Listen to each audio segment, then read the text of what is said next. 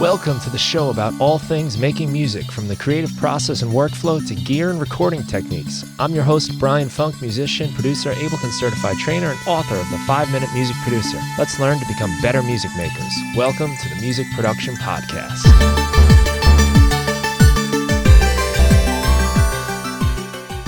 Today I'm speaking with William Garrett, a mixing and recording engineer and producer and studio builder and manager. He managed a studio for Sony in New York City for 15 years and was senior music producer for Spotify Singles, recording and mixing more than 900 tracks with over 10 billion streams to date. William has worked with countless artists like Jack White, Miley Cyrus, Shania Twain, Cale, Cyndi Lauper, The National, Norah Jones, Elton John. The list goes on and on. It might be easier to just mention who he hasn't worked with. William shared his story from humble beginnings, sweeping the floor of a studio, to working with some of the greatest artists of all time. Please welcome William Garrett to the Music Production Podcast. Welcome aboard, William. Thanks for being here. Hey, man, Brian. Thank you so much for having me. I really appreciate it. This is fun. Yeah, it's a pleasure for me because you are coming from such a huge world. I mean, so much amazing stuff. I've been watching your studio walkthroughs and the places you worked. The people you worked with is unbelievable. And I feel very lucky to get to talk to a guy like you about this stuff. Well, that's very sweet of you. And I feel lucky to have been in all those great situations as well, because, you know, when you start out, you never know what's going to happen. And you just got to keep pushing and trying to get good things to happen for you. But no, it's been and continues to be a lot of fun. I'm, recovering from a 15-hour session from the last couple of days. So it's still going. Yeah. Which is great. It's great. I did catch you say in one of your interviews that you started off sweeping the floors in a recording studio. Very, very true. I was a musician student at Berklee College of Music before they had the music production and engineering, major. They just had one little 8-track studio where we recorded our jingle projects. So a guy came by to give a lecture about owning a recording studio, and he had just bought a recording studio on Newbury Street in Boston called Intermedia Sound, which was semi-famous. Aerosmith recorded Dream On there. Jonathan Edwards, who is a folk star of the day, he recorded some stuff there. And he just bought the place. And during his talk, he said, I got all my information on how to run a studio from a guy in New York named Howard Schwartz.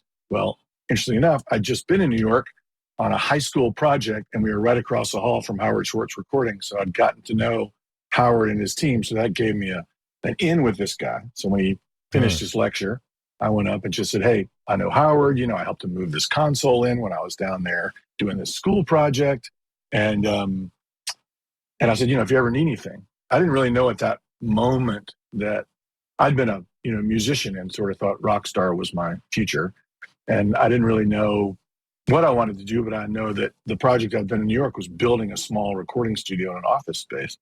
And so I knew that was interesting. And I just said, if you need anything. And he said, yeah, send me a letter and I'll do it. So I sent him a letter, and he gave me the job as janitor because he just bought the place and had nobody to literally sweep the floors and clean the bathrooms.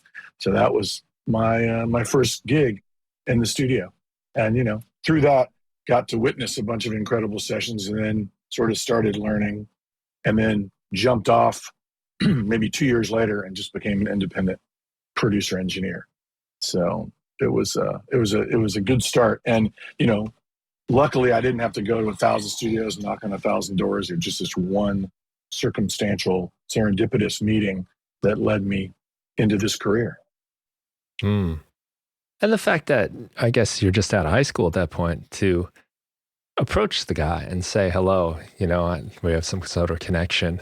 Yeah. I think it's an important move. Yeah. And I guess in retrospect, I guess I felt okay just leaping up. I think I thought that the connection between my high school project in New York and then as a Berklee student, being connected to that studio in New York through Howard Schwartz was I'm Southern, so whenever you get a thing like that, you go, hey, man, I know about this and that. There's always yakking about connections and knowing people. So that's kind of what I did. And then just casually said, if you need anything, let me know. And then, before I knew it, I was sweeping floors, making tape copies, doing the overnight sessions that nobody else wanted to do, and I learned how to do it. Mm. Yeah, just piecing it together one step at a time. Exactly. It was exciting. It's an exciting time.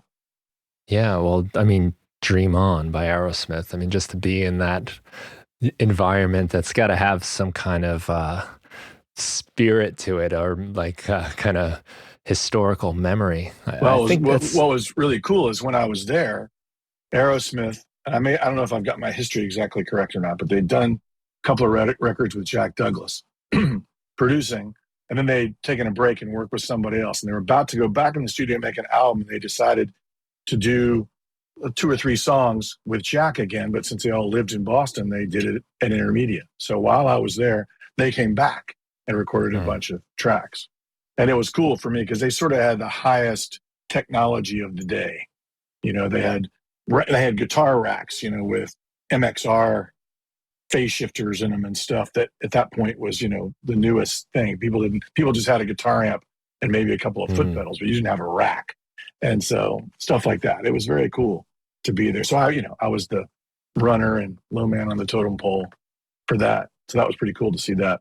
And I did a session, was around for a session. I did a session with Carly Simon and Burt Bacharach. So I got to see some, for Boston, you know, you didn't usually get that many heavy sessions. So I was very lucky to have those couple of experiences and kind of see how that works. Yeah, well, those are some legends right there. Do you pick up on anything observing them, how they work or how they approach their work? I remember the things that I learned from those 2 different sessions was that Aerosmith wanted to all play together, but the studio didn't have enough ISO. So they actually ran speaker cables like down to the basement and all this kind of stuff. I'd never seen anybody separate, you know, put amps like in a hallway or in a bathroom or something like that. And Steven actually sang in the control room, you know, sort of placed under the speakers so it wouldn't feed back, but with the speakers like blaring. And then on the Carly session with Burt Bacharach, he was doing an album of all prominent women singers at this time. And he'd asked Carly to be on one track, and they'd recorded the basics with the Houston Symphony Orchestra. And we had a 16-track MM1000. And I don't know if you've ever seen that Ampex machine, but it's huge. It makes the 2-inch tape reels look really small, and it's got 8, you know, double rack size amps on top and 8 on the bottom. And you have to manually switch from input to repro. So there's got to be somebody basically operating that machine. So Burt brought an engineer with him, which I should look at the record. I wish I knew who it was. And the first, he brought an attaché case filled with microphones. And I'd never seen like anybody bring their own mics. Like, this is what I want to use in the vocal. This is what I want to use, blah, blah.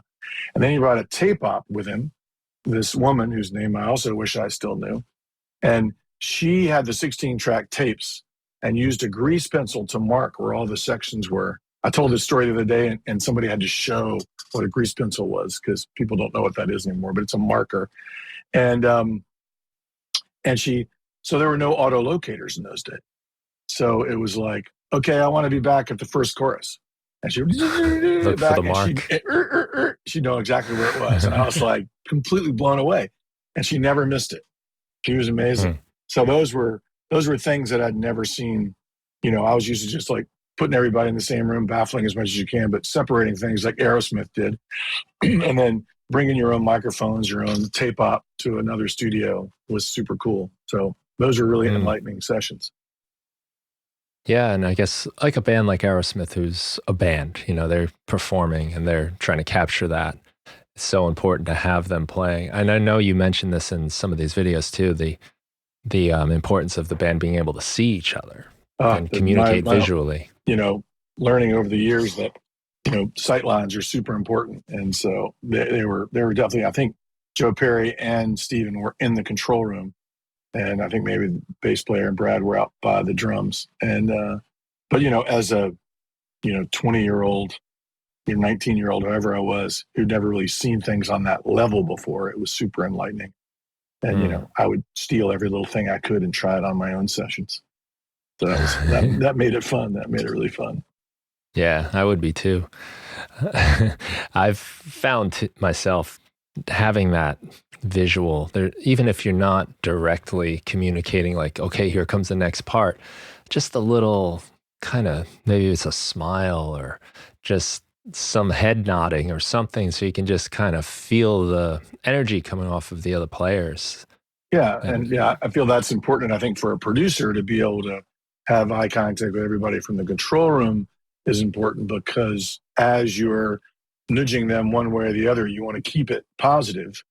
So when you're looking at somebody, it's much, it's harder for them to misconstrue maybe what you might say, because people can be super sensitive as they're playing.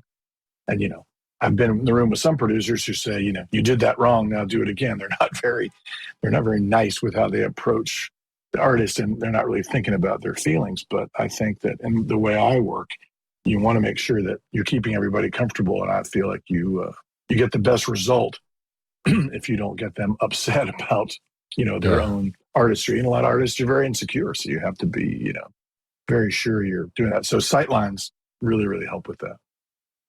There's so much vulnerability in the creative process, and it can come from other people. It could come from comments, and it very often just comes from within.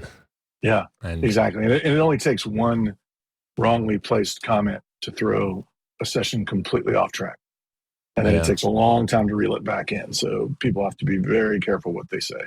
And so I've definitely learned that over the years. Yeah. But the lucky thing about this studio was the original studio that this guy bought was called Century 3, and they did jingles and voiceovers. So it was kind of a 9-to-5 situation. So I ended up getting bumped up from janitor to make tape copies. And tape copies, in those days, when you did a radio spot, you sent it to the radio station on reel-to-reel tape. And then the radio station transferred it to a cart system, which looked like 8 tracks, but are even bigger. And those are the things the DJs would slot in, and they'd say, here's a word from our sponsor. And they'd punch the button and it would play the thing. So, we had to make hundreds of copies in real time things. So that was my job. But then if anybody wanted to use the studio at night, they would say, well, William will do it. So I'd get these sort of cool get these cool hip hop sessions and all kinds of weird stuff, overnight. And that was just being thrown into the deep end of the pool. I had no idea what I was doing. Very limited mic selection, MCI 400 series console, MCI, I think 16 track machine. Yeah, we got a 24 track one later. And, but it also gave me the opportunity to experiment and bring in friends to record, because I would talk to my boss and say, hey, if there's a night free, can I just come in and use the studio? So that turned into a situation where I could go to a local band and I could say, I want to make a record. I started my own record label called Alpha Media Records, lofty name. And then I would go to a band and say, I want to not really sign you to my label, but put a record out. And if you pay for the pressing, I'll pay for the studio time. And what was great about that is I obviously wasn't paying for the studio time, because my boss was saying, yeah, just go in and experiment with your friends. So I wasn't really quite telling the truth. But that's the way that I got to put my name on a record as a producer for the first time. And so, releasing basically your own material, on your own label, releasing a record. So that was a great opportunity from there. And then some of the stuff that I did in the overnight sessions became the early days of rap, because it was in the late 70s and early 80s.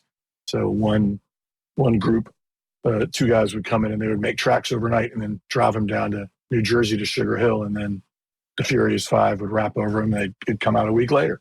So There was all kinds of cool stuff like that. So that opportunity was really great. So from you were paying for that, the time. You were paying with each sweep. Yeah, sure. That's true. I was paying with my hard labor during the rest of the time. Yeah. And there was a small little studio. Actually, funny enough, designed by John Stork, who I've worked with on a bunch of other studios since. But it was there. And then Intermedia was finally sold to the Cars. So the Cars bought Intermedia Sound and had it redone, again, by John Stork. And they called it Synchro Sound. So when I went independent, Synchro was one of my home bases. So I'd work out of Synchro. And then not so many years later, one of the guys who had come over and done the overnight things that turned into rap, Michael Johnson, he had a big hit with a track called Pack Jam. The band was called the Johnson with a Z Crew. And he made enough money, and he said, I'm going to buy Century 3. So he did buy Century 3, and he put in the first SSL in New England. So, although I was just talking to Rob Jasko, who used to work at Blue Jay, and Blue Jay Studios may have had the first SSL. I'm not really sure who did, but it was close. It was close. So, we got to use that cutting edge technology, and it was great. So that connection from being the janitor didn't stop. It went through a whole bunch of phases over many years, really until I left Boston. I was working both at Century 3 had become Mission Control, and Intermedia Sound had become Synchro Sound and owned by the Cars. And now Synchro Sound, now where Intermedia was is a shoe store. I just walked by it the other day. So that's kind of a bummer. Yeah. I hope they have a plaque somewhere at least. Yeah, hopefully somewhere. Okay, so you got me with Aerosmith, and now you got the Cars too. Another one of my favorites. Yeah, no, that was fun. They were Rick was wonderful, and all those guys were great, and they were sort of local boys done good. So they were really good for the Boston scene. I mean, the Boston music scene in the '80s was really incredible because, compared to New York or LA, it's a small town, but there was an infrastructure for bands. So there were lots of venues to play live, from super small ones to relatively large ones. And then there was a radio ecosystem that was led by WBCN, which was the big FM station, similar to WNEW in New York. And they would actually have a top 3 local countdown. I think every Wednesdays, they would intersperse local music with big artists. And then you had the college radio scene. You had Emerson Radio, WERS, you had Boston College Radio, you had all these BU's radio station, and they would feature and play local music. And so I worked with a band. The greatest example is a band I work with, really great band called O Positive. And we made a, I guess an EP, is probably 7 or 8 songs. So I guess an album. We made it at Synchro Sound, and they got a lot of airplay. And then they moved to bigger and bigger and bigger venues. So the first record we made on a super shoestring budget. And then when it came around to the second record, they had more budget to put in the record, more time, and they built. And then they got signed to a major label deal from that. And then, of course, as we know with lots of bands, that's what ruined them. Is they went into the major label ecosystem and just and put out a really great record, and then nothing happened. But there was the support there for all kinds of different bands. There's a band called Face to Face that I'm great friends with, and they kind of came up through that local ecosystem. Rubber Rodeo, all these really, really good bands. And, there were other small record labels, like Rick Hart had a label called Ace of Hearts, and he put out Mission of Burma, and can't think of all the other bands, but he was the kind of guy I followed. I watched what he did with his 45s and his covers and everything, and kind of borrowed from his great style. And he really did a good job, and the records all sounded amazing. So yeah, there was a great world there. So I'm from North Carolina, but I didn't know if I would stay, how long I would end up in Boston. But the music scene was just so great. Till Tuesday was there. I need a list of great bands today because I'm leaving a lot of people out, but they were just, and you had the Rat in Kenmore Square, which was basically CBGB's of Boston.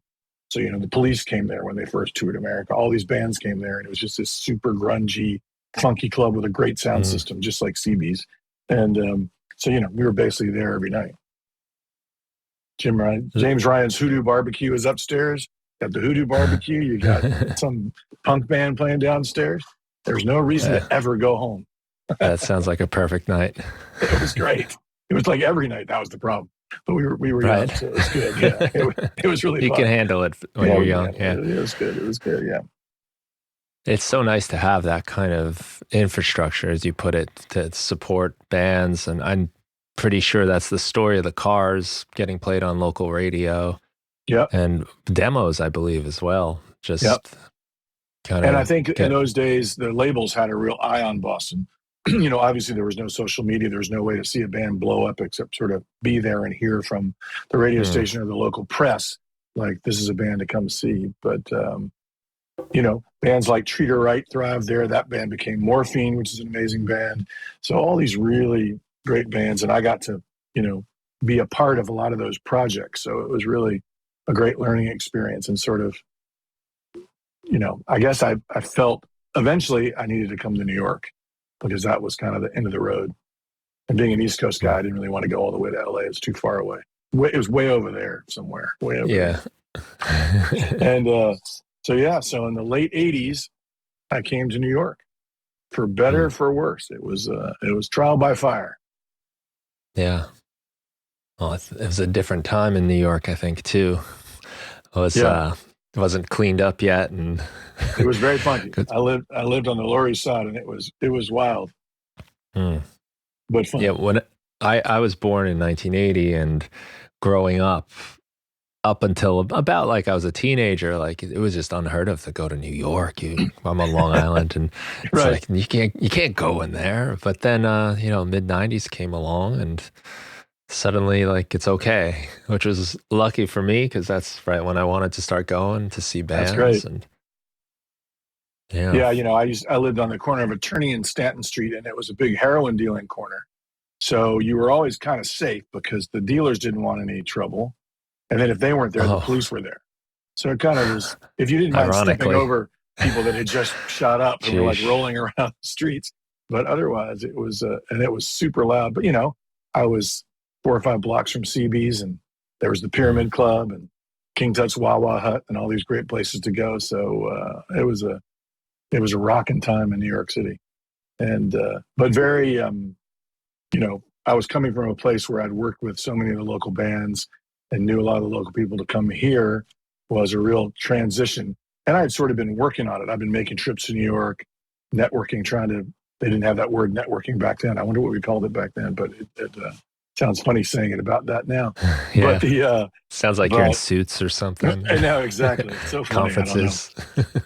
But getting to know people at record labels, getting to know people at publishing companies, which publishing companies in those days had a much more active role in signing bands and trying to get them record deals and stuff like that. So it was quite the transition. And I had a great first year. Worked with a bunch of great bands. Did a project with Rick Rubin. Did some other stuff, and then it all just came like screeching. It was just like, oh, that was great. Now where are all the other gigs? And so sort of got in the back of the line with the other million people that came to New York to be engineers and producers, and just started piece by piece, building a career.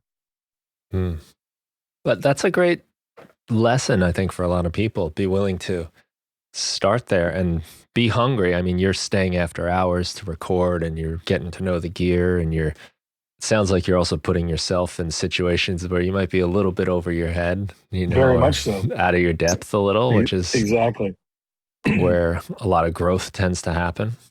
Yeah, if you don't get thrown out on your ear, it's a lot of growth happens. But I remember one time I was doing a session with this guy. I think his name was something Wagner. He wrote all the Alice Cooper hits at like 18 and all those songs. And he was doing a demo, and I was walking in with 2 big 2-inch tape boxes, and there was a little step up in the studio, and I tripped and dropped the boxes, and there was just silence in the control room. And I looked up, and the guy goes, "Oh man, and I go, what?" And he goes, "You probably knocked all the high end off the tape, man. I mean, you probably those are ruined." And I sort of was like, is this something maybe I didn't know about? Like, you can do this? So he had me going for a minute, but you just reminded me of like feeling like I was about to get kicked out the dirt, man. You just knocked all the high end off the tapes. I mean, it's a bummer. Yeah. I can't say that. I can't make that joke anymore unless somebody drops a hard drive, I guess. But that really is probably a problem. But yeah. But now, the tape probably be better off. Yeah, the tape could be dropped 1 million times and it won't make any difference. Yeah. But no, it was then and continues to be a learning experience. Every time I'm in the room, especially with all the different artists and stuff like that. But yeah, soon enough, I clawed my way up. Did a stint as a live sound man at a club, which was not really my thing, but and in those days they weren't as interchangeable as they are now. Now I see guys come into clubs and put in a memory stick and the whole board goes to their whole setup, and I look down from the balcony, I see them using the same plugins we use in the studio, and I'm like, this is not fair. Like when I did it, I didn't have any of that cool shit. man. It was all feedback and a mess, and nobody could hear themselves, and no in-ears, no nothing. But no, that was just sort of any gig that would keep me alive and keep me in the business. So that was good. That was good. So I think that's what it takes, right? I mean, that hunger, and there's so many people. Literal hunger right. for rent money. I need to pay my rent. But yeah. So as that story continues, it just through getting to know all these people, I was working with my friend Patty DeVries, who worked at Sony Music Publishing, which became Sony ATV Music Publishing, hence the record behind me, the story I'll tell you. And publishing companies in the 90s would sign bands, or I'd say late 80s, early 90s, they would sign like rock bands that didn't have a record deal. And then they would actually pay for the band to make demos, and the publisher would shop those to the labels. And, you know, that may still happen sometimes, but I don't personally see it as much. But they would, so I produced this great band, the Hepburns, and Media Sound, which is an amazing place to work on 57th Street, now gone. And, you know, we would make like a full-blown, high-produced, like a record, basically, that was demos, and try to get these bands signed. So she had the idea to save money and for her to have more fun at her office job was to build a studio in the offices. So they hired me as a freelancer, and I put together a room for them in an old conference room. And so it was really fun. We would do guitars in the bathrooms at night for a reverb. We would do drums all over the office. We'd do all this stuff. Anyway, that basically turned into a 15-year gig of running a studio for Sony ATV as they moved from Fifth Avenue to 550 Madison, the big Sony building. And I had 2 different rooms there. And every time they would move to a different floor, I'd talk them into letting me improve it a little bit more. Like, can I bring in a friend to help this? You know, can we curve slant the walls, please? Can we do this? You know, and then in 2000, Pro Tools came along. Before, we were working on a Tascam 16-track tape that was connected to all kinds of MIDI gear. And, but that became sort of a nice, steady gig for me. And I still got to do other stuff. Like I was able to work with John Cale for the Velvet Underground on some film scores. I did American Psycho, the orchestral soundtrack for that. And I was able to keep stuff because I could sub somebody in for me when I wanted to do these other gigs. And but that became a thing. And then it was just basically pre-production and songwriting all day, every day. So people would come in and work on new tracks, and, you know, got to work with Mary J. Blige, Andrea Martin, who wrote a bunch of great songs, Chucky Thompson, who amazing producer. We did, I'm going to forget, One Mic is the song, but in Nas, One Mic, we did a lot of the work on it there. We did the original Norah Jones demos with Jesse Harris there. So that became a great jumping off point. And I was just starting to, you know, build a family, and it was nice to have that stability that it turns out to be. And that lasted about 15 years until they decided to not have a studio anymore. So, and the reason I have the Beatles plaque, which is so cool, because it's got the Richard Avedon photos across the bottom. That was for the first singles record they released was Richard Rowe, who's the president of Sony Music Publishing, just wonderful human, a great friend. But to this day, Sony Music Publishing did a joint venture with Michael Jackson to buy part of the Beatles catalog that Michael Jackson owned. And it was a huge deal. And you know, I think, you know, it was that catalog generates so much income that it was just like, you know, the day you sign the deal, you know, the bank account just starts filling out. Everybody was very happy about that deal. And but they paid millions of dollars for it. So I don't know how it balances out. Anyway, it was great for us because those were the days of CDs. And our tape library was filled with Beatles CDs. So all our friends got amazing Christmas presents for like 2 years, as we had all these CDs we could swipe and give to our friends. But Richard got this plaque, and he had one for his outer office and then one for his office. And this one says to Sony ATV, the other one said to Richard Rowe. What's interesting about Richard Rowe and the Beatles is Richard's father is famous, sadly, for being the A&R man that turned down the Beatles. Oh, yes. I've heard of him. So the Beatles did demos, I think, with Decca. I might be getting my history wrong. I think you're right. Yeah, I think it might be Decca. They went and his father, no, I think he was Richard too. Dick Rowe was like, no, I don't think we'll sign these guys. And of course, I think to his grave, poor guy, that was the thing. So anyway, this was kind of neat for Richard as his son to have this connection with the Beatles, to be part of it. And every time I'd go to hang out with Richard, I'd see this plaque and I go, man, that is like the coolest thing I'd ever seen. So Richard left the company while I was still there, while the studio was still running. So one day he comes down the hall to my studio and he's got the plaque. He puts it in the studio and he goes, I just wanted you to have this because I know you really liked it. And I was like, that's great. And he goes, just make sure it never leaves the building. Wink, wink, right? Sort of had me to officially tell me to not take it home. But of course, like, as soon as I could take it home, I took it home because I wasn't going to give up on that. So yeah, it's a pretty cool thing. But yeah, fun times. I'm trying to think who else came through those doors. Cyndi Lauper, a bunch of other people. It was really sort of top end pre-production. And then when they killed that, I kind of had no idea what I was going to do. So I woke up in the middle of the night and I thought, I've sort of, I didn't pay for the gear, but I've personally decided what all the gear was going to be in the studio. It wasn't much, but it was a Pro Tools rig, it was this, that, some microphones, some of that. And I said, these guys are just going to put it in a closet and not use it. I find that totally upsetting. Somehow I felt connected to the gear. Just silly, but we all get connected to our gear a little bit. And so I went to Danny Strict, who was then the president of Sony Music Publishing and an old friend. I said, Danny, I think you guys should just give me all that gear as part of my severance. And he thought, that's a pretty good idea. And he was great at helping me sort of make it look like it was worth a lot less than it was with people in the company who wouldn't know the difference. He was like, oh yeah, it's not worth very much. It's a bunch of junk. Just give William a good deal. He was very sweet about that. So that turned around like really quickly. In like a week or two, they were like, yeah, sure. What do you want us to do with it? And I was like, I don't know. So I had to go find a studio space. So I found a space on 23rd Street and a bunch of studios. And just, they brought a truck down, loaded it in. And that's how Electrocraft, my studio, was born, because I didn't really want to get in the studio business, but I didn't really know how to carry on what I was doing. And all the artists that I've been working with, were going to need a place to go. And Sony was still willing to pay for the demos. They just didn't want the studio in an office building.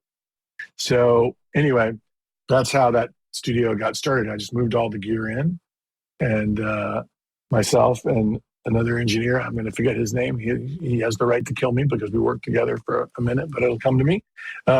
We put it together and, started working again. So it was amazing. It was really amazing. So for a couple of years, that business came, and then a lot of those artists would go to LA to write, and they would say, hey, William, they call me at like 3:00 in the morning and say, hey, we can't find a place out here that we like.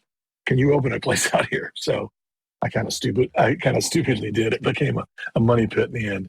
What happened was publishing companies stopped as recording technology became more home friendly. They stopped paying for demos in studios because they would give an artist in advance and just say, buy some gear. We're not gonna run up your tally paying for studios that are more expensive.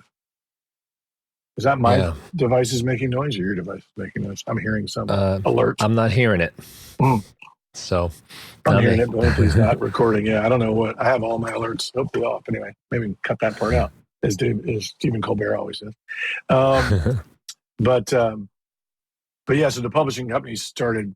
So it made the smaller studio that dealt in sort of high-end pre-production. It made that business model a little less viable. And so then came Spotify. Yeah. So that was in the next chapter. Yeah, that was a very lucky break on my part to be able to be involved in basically, helping start Spotify Singles and then that whole program for almost 8 years. I got to do that with about 900 plus songs recorded with a myriad of amazing artists. So it was really, really fun. Yeah, I saw those singles have surpassed 10 billion streams. Yeah, 10 billion streams. So funny. Which, Brian Groen, who started the program and who gave me my opportunity there, he and our engineer Jack Mason, they I can't remember what level we got to. Maybe 500 million streams or something. And they wanted to celebrate, and they like pulled out a joint and said, and I was like, no, I don't smoke pot. I hate pot. I'm not going to smoke pot. And Brian was like, okay, look, I'll make you a bet. If it gets to 1 billion streams, you're going to smoke pot. And I was like, sure, because I never thought it would ever get to 1 billion streams. I'll never I was like, happen. are you kidding? That's 1 billion. And so anyway, to say the least, I did have a toke or two when we hit 1 billion streams, and now I don't know what I have to do at 10 billion. But it was fun. I made it. Yeah. I made it so I made a unconditional that we go see the guitar exhibit at the Met Museum that was there, and we would get high before that, and then I got to take them out to a red wine. I got to take them out to like a grown-up dinner, like a steak, French restaurant with steak and red wine to show the difference between the pot smokers and the grown-ups. So that was really good. We had a good time. Two different poles of existence right there. Exactly. That was a great exhibit. I got to see that. I know, that was great. I don't remember it because I was stoned. So it was awesome. I need to go back. Yeah, everything. It seemed like they had something from everybody. The cool. Beatles drum kit was right there, and all their gear, and cool. Van Halen's guitar, and just. Yeah, as a guitar player, you're just like, wow, I've seen these in magazines. And we all geeked out to all those things. I know. It was fun. Mm-hmm. Crazy to make all that. There's a lot of stuff happening, during these periods. And I think maybe just worth mentioning, and if I'm sure a lot of people are aware of this, but there might be some people that aren't, that like studio time was hard to come by back in not even that long ago, where I can remember I had a 4-track cassette recorder, and that was amazing technology that it sounded really terrible by today's standards, especially with our know-how at the time. Right. But to actually get into a place to record like that was really a special experience, and I guess really that only the top people got to do that. Well, only the top people got to spend time. There, in my Boston days, there was different levels of studios from budget to the best.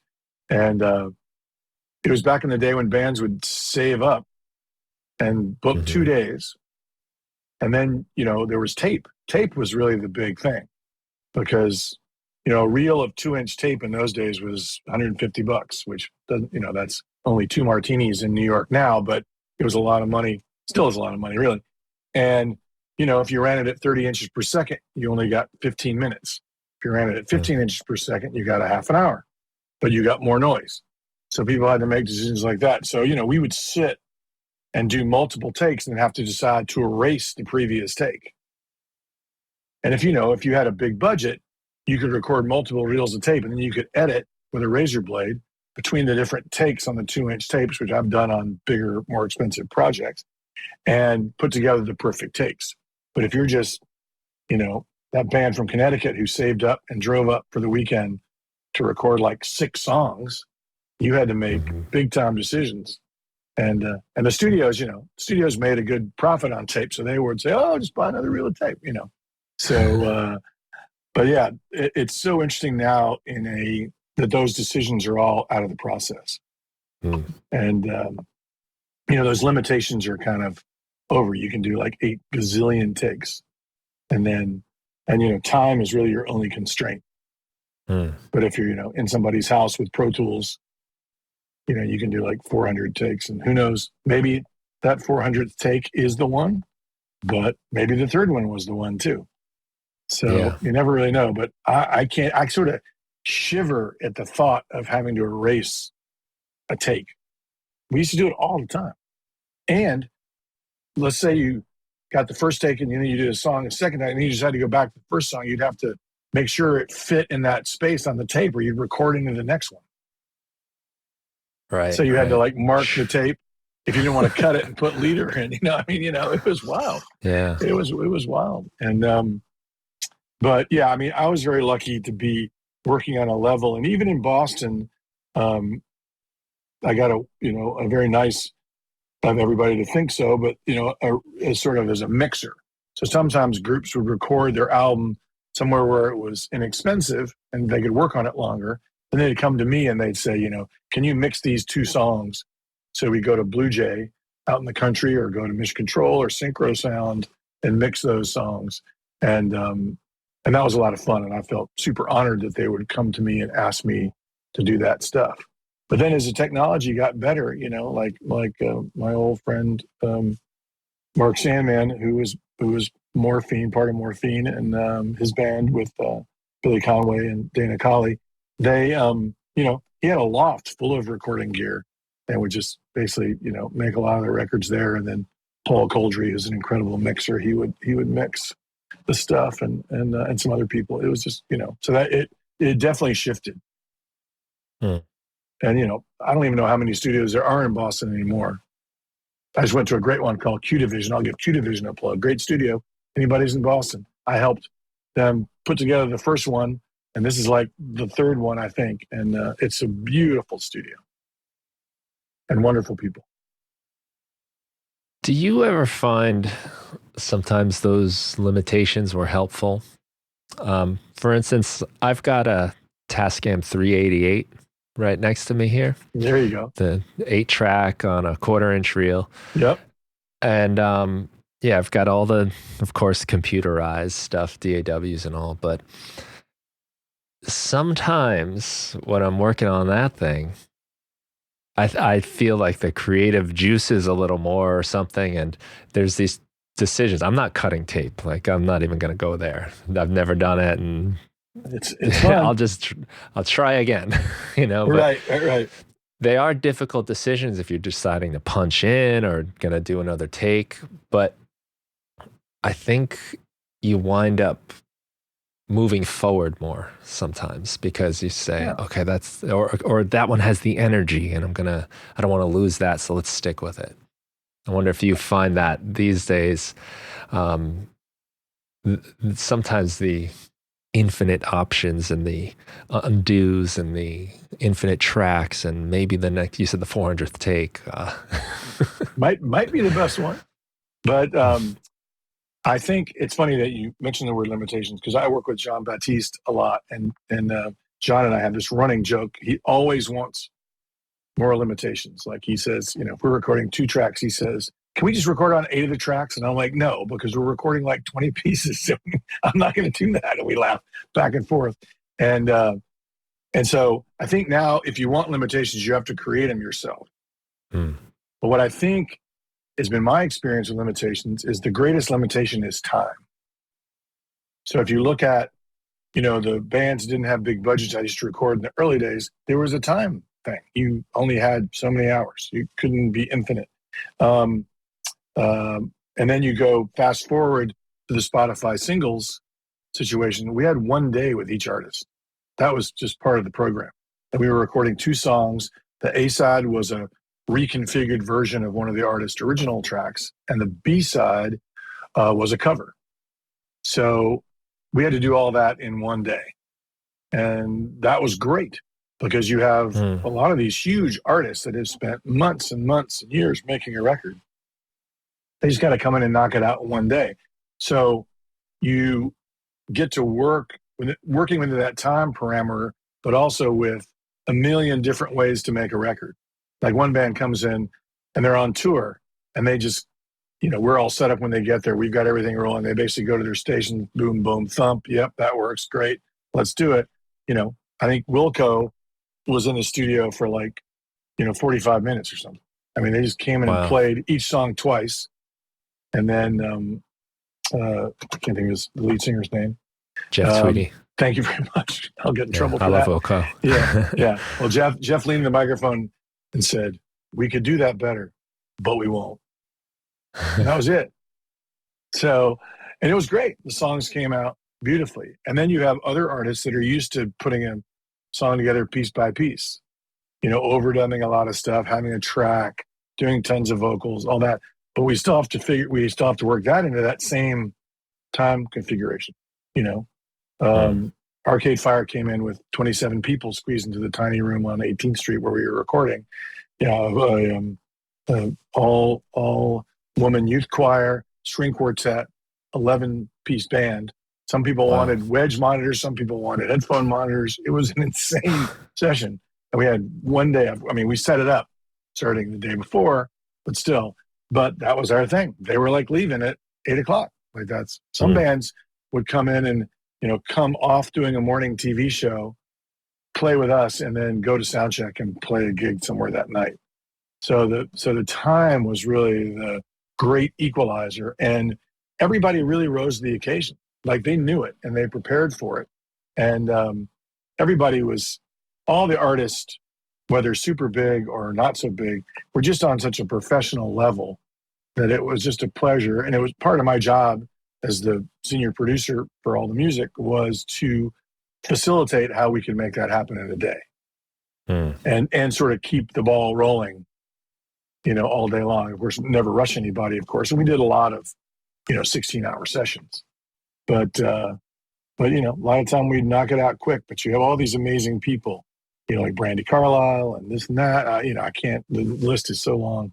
And that was their constraint. So no 400 takes. No time.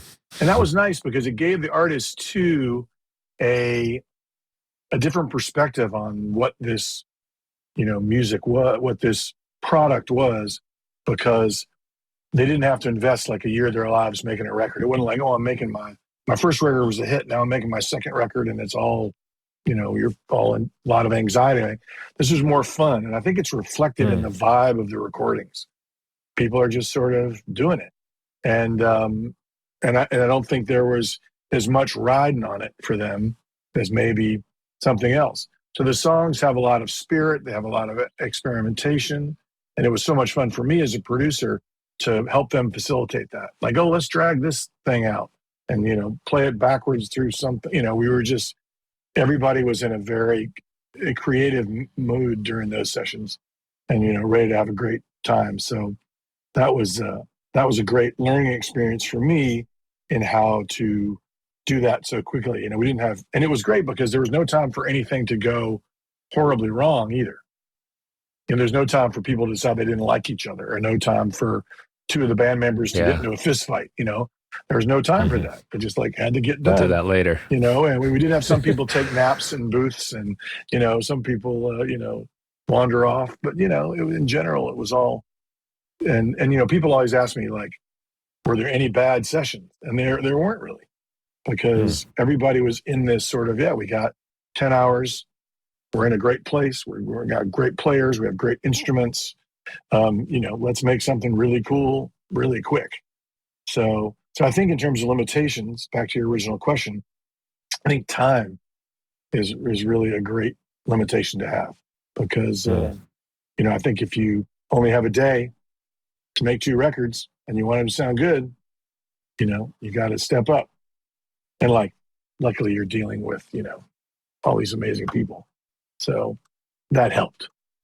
Yeah, the talent is there. You had insanely talented artists, right. Because they were so pro and so good on every level, and really energetic about making. 99.9% of them were super energetic about making something interesting, which is great for a producer, because then you're like, okay, you have that positive outlook on it. Let's try this. Let's try this. We got to experiment a lot, do some fun stuff.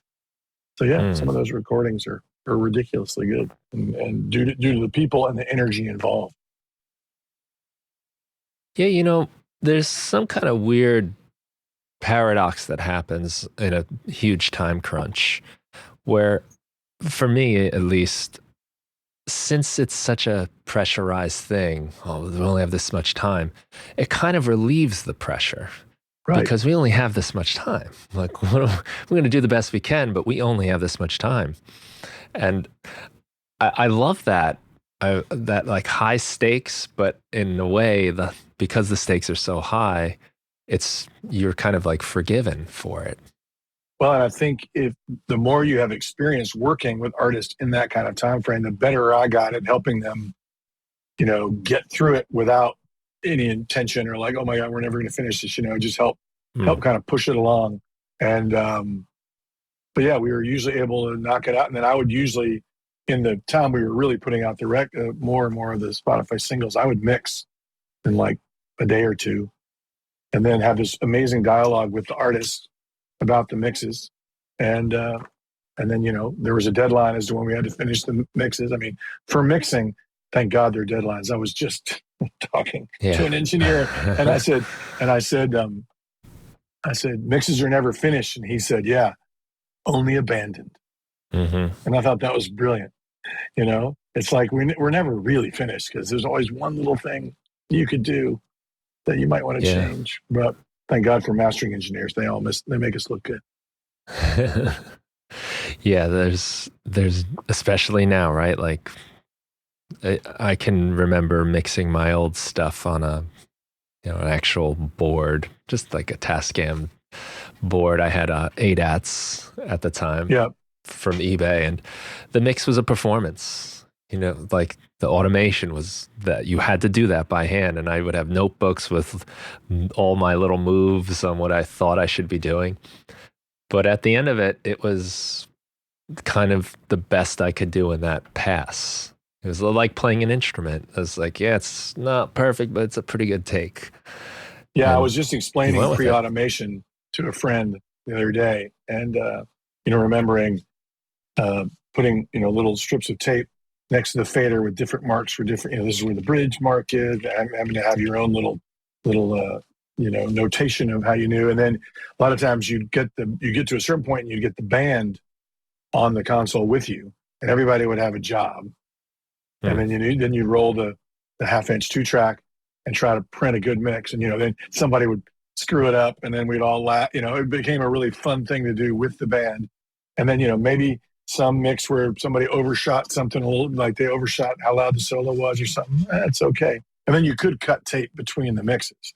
So you could, that's what we started doing pre-automation.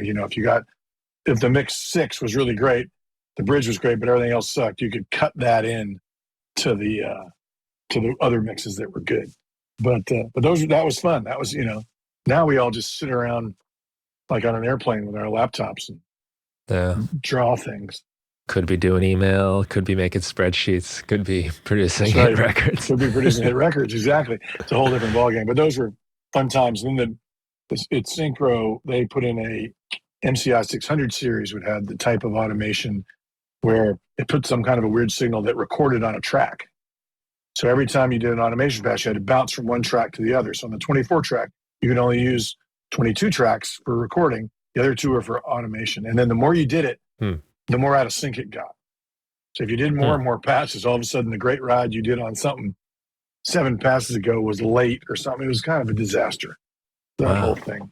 And then finally SSL came out with an automation. Nobody had invented any moving faders yet, but they had this weird little cheesy graph that had these green sticks that would show you where each fader was. So then you could visualize the previous moves you had done on top of those moves. But it definitely, all of a sudden, then people were like, I'm going to work on the bridge for like 5 hours. It's like, oh, geez. So it got kind of crazy then, Yeah. And, now it's crazy because you can really manipulate pretty much anything. Yeah. It's like you said, the time thing is important because I think a lot about my time almost like a budget with money. It's like, if I've only got 2 hours, I don't have 45 minutes to get the, compression on the kick drum, right? Yeah. Or some minor detail. Well, I'm sure on your level, you've got all that shit dialed in, going in, but still it makes you make a decision. It's like, if this has got to be done by 3:00, then I can't keep doing this or keep doing that. It's like, okay, this is good. And it's hard. It's hard to make that decision to let it go. But, I got a lot of confidence because when I'll do these mixes for the Spotify singles tracks, I only had known these artists for a day, and that was great. But these are like giant artists. So I remember a guy I worked with. I did War on Drugs, that band, and cool. my coworker Brian was like, "Oh, these guys are gonna, the mixes are gonna. It's gonna be hard because it took them a year to make their record." So I do my mixes, and I think they're good. And I'm thinking, well, I've got to send them in because we got a time crunch. Send them in. They get approved first pass. They just email back and go, "Those are great, thank you." And I'm like, "What?" And he was amazed. And so over time that gave me more confidence to at least, because really, either they're going to love them or they're going to ask you to revise them. So you got to stop sometime and send the mix in. And there's nothing wrong with being asked to revise a mix. That's and especially when there are revisions. I mean, I was so nervous when I first started doing that series. I was working in a studio I'd never worked in before, doing all this stuff. I was mixing super quickly, and I thought, I'm going to get these notes that say, why does it sound like it's got a blanket over it? Or where's the bass? And the notes I would get would be like, can you turn the vocal up a little bit in the second verse? And, I don't really like that delay you put on toward the end. So could you take that off? And it was like, oh, at least I've got like the high end, mid, and low. At least the mix sounds like a mix to them. And so that was like, whew, okay.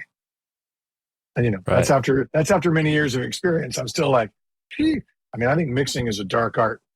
I've got so many friends, like Tony Maserati and Ed Stasium and Bradley, who just did all the Atmos stuff for Billy Joel. They're such incredible mixers, and I just don't know how they do it. It's just the stuff is so good, and they're real pros.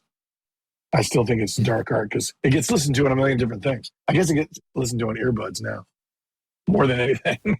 Yeah, it's all the different ways it comes out of different speakers, and then right.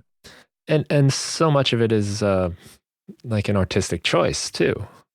If you're deciding I'm going to mix maybe I play in a 3-piece rock band, and we'll like say, oh, we want it to sound like kind of like these recordings or those recordings. And then I'll listen closely. I'm like, well, the vocal is way up front here and it's buried on this one. Right. Like, what do we want? The kick drum, you can't even hear it. This one is the most forefront sound in the whole thing. Very true. And they all sound great. And they all sound great. I mean, that's the thing. It's so objective. So objective. It's mostly the artist and the song and the energy that's coming through the recording that makes a difference. I've heard, recordings where the tambourine was so loud, but you only really noticed on examination when you were like listening to it in your car, you're happy as a clam. So it's like, it's really interesting. And I think that it's fun to analyze those records, but there's so much more to them than, the way they sound and the way they're mixed are just playing a role in the overall experience, because the song and the artist play such a role in how those songs make you feel, which is, nice for us to be in the part of the process that translates, through the artist and the song to a listenable medium that can then go everywhere. That's such an exciting process. And, trying to capture that emotion and that sound the best you can is really great. So many people have worked so hard at figuring out really cool ways to do it. I'm always amazed at the technology that we get to use and the quality of a lot of the microphones and mic pre's and all that kind of stuff that are around from old days and still being made. There's just some beautiful stuff out there that makes your job really easy. I can remember the jump from 4-track cassette to the ADATs.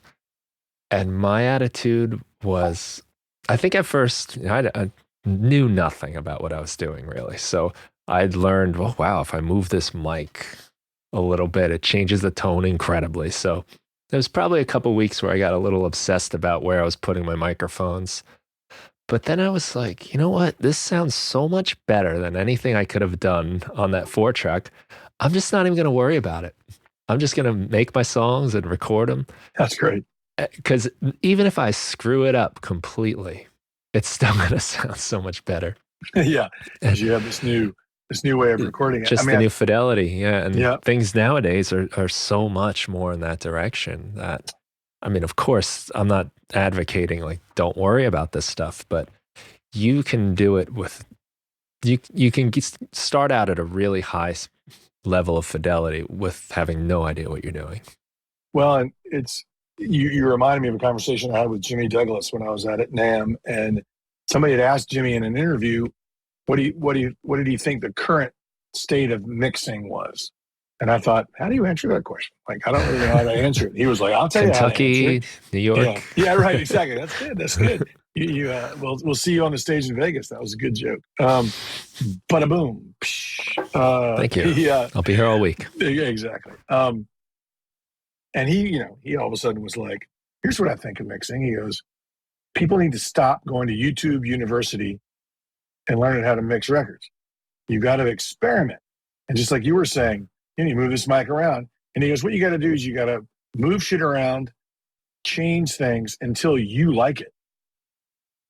And not because you saw so-and-so do it. I mean, all that information's great, but you need to take it into your own world. And, that's the way we all learned. We didn't have any other way to learn except from other people that we worked with and then just experimentation. So, the way you learned how to mix, you just got it to where you thought it sounded good. You compared it with records that you loved and, tried to get it to sound as good as you could. And I just think that's so interesting. And because I think a lot of people, like you said, I remember one time I was sitting with a friend and we were listening to T for the Tillerman, the Cat Stevens record on vinyl. He's a film composer. We were in his house in LA. And there's like Leslie piano on some song. And we were talking about that. And I said to him, in the old days, we had to mic a piano and run it through a Leslie that was in a different space and work on that sound for hours until we got it just the way. And, somebody had to have that idea. Like somebody had to say, hey, you know what we could do? Instead of just using the Leslie on the Beast 3, why don't we run the piano through it? Figure out how to technically do it, because I don't know if you've ever seen those plugs, but they have like 20,000 prongs. How the hell do you get the sound of the this and that?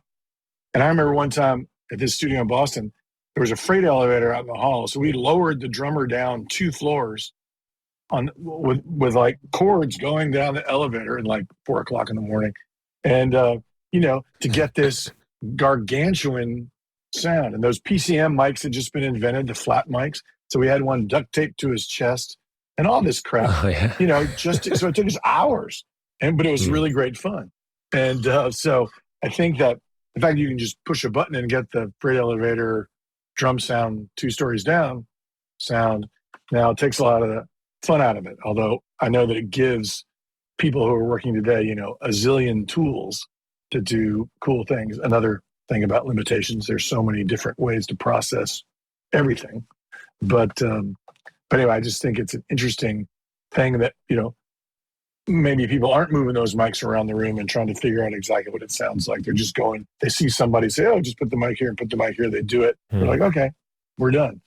But it's more fun to like, in a studio in Rhode Island one time, we needed this is before you could download sound effects. We needed the sound of a bullwhip cracking for a record that we made. We were doing this sort of punk rock version of The Good and the Bad and the Ugly theme with this band called Rubber Rodeo that was punk rock. It was like Devo meets Dolly Parton.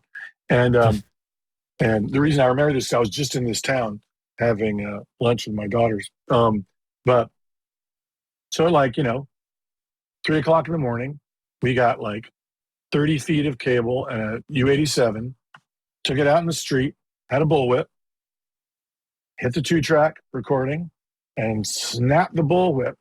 And on the record, you can hear the delay ricocheting off all the buildings on this street. So you can hear the sound of the street on the thing. But, that's a one-shot sound. Now you could just go on, bullwhip, crack, thank you, insert, drag to the spot. So it was a lot more fun to have to figure that stuff out the way we did it. And then then you fly it in with the 2-track. You get to the spot on the multi-track and you push play and you hope you hit up. Didn't get it. Let's do it again. Didn't get it. All right. Let's do it. Can't just put it there. No, you can't just put it there. So anyway, I sound like an ancient recording engineer, but those were fun things to do. And I think that added to the excitement of the things, and those sounds were specific to whatever recording that you did. Nobody else has that. I wonder where that sound is, though. I'd like to find that. Maybe you can upload that. Exactly. You know, you mentioned this earlier about like the band's having fun, and it comes through on the recording. And this is the same sort of thing, I think, with these experimental things where let's bring it out in the street and let's do it. And I know there's no fader for that on the mix, but it's in there. And that adventure that's coming into the performances of these things. And I mean, lowering the drummer down the elevator. And, I wish I remembered what project that was, but it was really fun. But it's also, I think, a story. And it's a very like human thing. What today, like you said, you can download these from anywhere. You can just get them, and soon enough, I mean, it's already happening, I guess. But like AI is producing music and all of this, where I think these human touches, these little extra efforts that people make, are really special, and a lot of them keep coming up. Like for instance. On I think it's Bad Guy by Billie Eilish, where they recorded the walkway.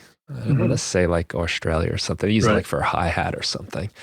And there was, a video that was making its rounds on the internet where people saw that. And I think like how many hi-hat sounds have been recorded or just dropped in that you never even think twice about. But now this is one with a story and something human to it. And something special that happened in that moment in time.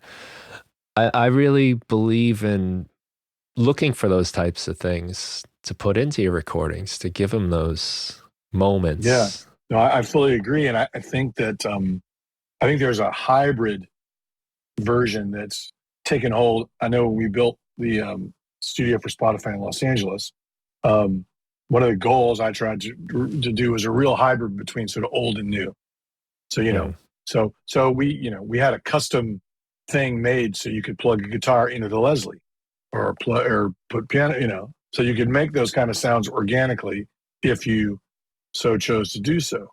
And a lot of vintage guitar amps, a lot of things. I think a lot of studios now, people are creating these great atmospheres where they have a collection of really unique and interesting instruments and amplifiers and processors, so that people really can experiment with those sounds.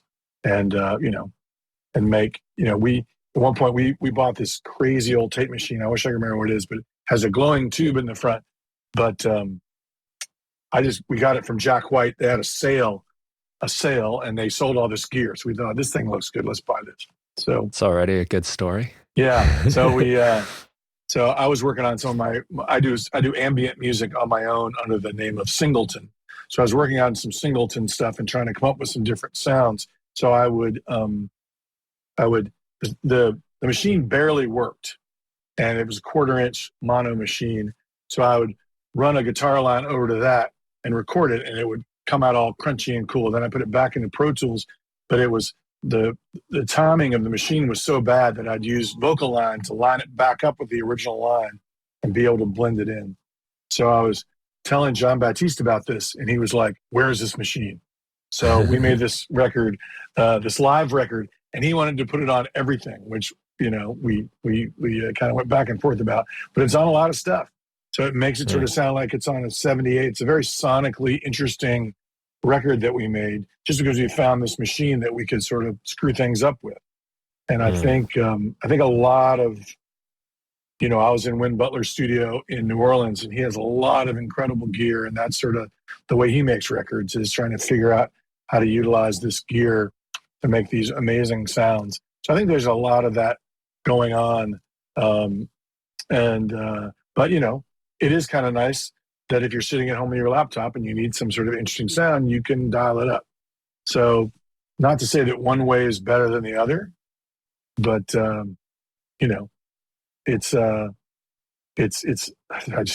Just got a text from John saying, let's buy that. We're going to buy a tape machine. She said, let's buy that amp. Okay, we will. I just looked at that to completely turn me away. John Baptiste, let's buy that. Okay, let's do that. So yeah, I think it's nice to work in a hybrid world and be aware of both. Like, I've been very lucky to be surrounded by amazing younger recording engineers who really have dug deep into everything that's available. So if we're in the middle of something, I'm like, what about this? They're like, here's this cool plugin that sounds like an old cassette player, and you can adjust the wow and flutter, and you can do this and that. I've got a terrible memory, so I can never remember the names of any of them. But so I like having access to all that too. So it's really a matter of making your artistic choices, if you can, from both worlds. But if you can't, because you don't have the gear, you don't have Jack White's old tape recorder, you don't have this kind of stuff, then it's really wonderful to be able to have some options. And I think people have just gotten so creative with plugins, and people have created so many sonic sort of landscapes you can create within a DAW. It's kind of cool. I'm so happy to be in the time period we're in, because you still have access to the old stuff and you got the new stuff too. Yeah, I'm looking and at you can just old reverbs right behind me there. There's old tin can reverb, oil can reverbs, and some other stuff that we use that you sort of blend in. It's just nice. I really enjoy a hybrid of analog and digital technology. And, I'm not certainly unique in that. A lot of people are making records that way, but you sort of take the best from both worlds, and it's super exciting. Yeah. Yeah. And so much of the plugin stuff, like you said, is getting really interesting. And now you can kind of do these same sort of creative things by messing around with the plugins in unorthodox ways, doing things maybe you're not supposed to, or just experimenting in that world alone. There's so much ground for, new things, new sounds. Well, and so many things that have entered our sonic palette, came from using things the way they weren't supposed to be used. I remember, Autotune is the perfect example. Somebody just turned the knobs too far, and you got, T-Pain. So it's like, that technology, I believe, was for determining the depth of water. Something like that. Yeah. I know, that's hilarious. But so, I read the interview with the creator, and he's like, I wasn't going to let it go all the way down to 0, because I figured no one would ever want that. But his decision just on the software to not limit that knob. Yep. That informed the culture completely. It's just so hard to keep up with all the different, there's new stuff coming out every day. So I feel like I almost have to have a team of great friends who are digging into different areas and say, okay, what's the coolest thing you found this week? What's the coolest thing you found this week? So it's fun. Well, much like what you said about the YouTube University, is because there's always something you can learn, right? There's always something you pick up. We can get a new technique. I can learn, this is how I should mic this. And it's the gear too, the equipment. There's always so much new stuff that it's very easy to get caught up in just being kind of like a collector, or just like some aficionado of the new music gear news. Right. That you're never making anything anymore. I think the real key, though, is to make whatever you see on YouTube or whatever you think of it, make it your own in some way, instead of just using the stock. I mean, I get shit from my contemporaries sometimes for using stock things that I like on certain plugins and all that. Just go to dial up the stock thing. But I think that, when you talk about YouTube University, it's a great resource. It's an incredible resource to be able to type in, how do I do this? And, have somebody tell you how to do it. That's pretty cool.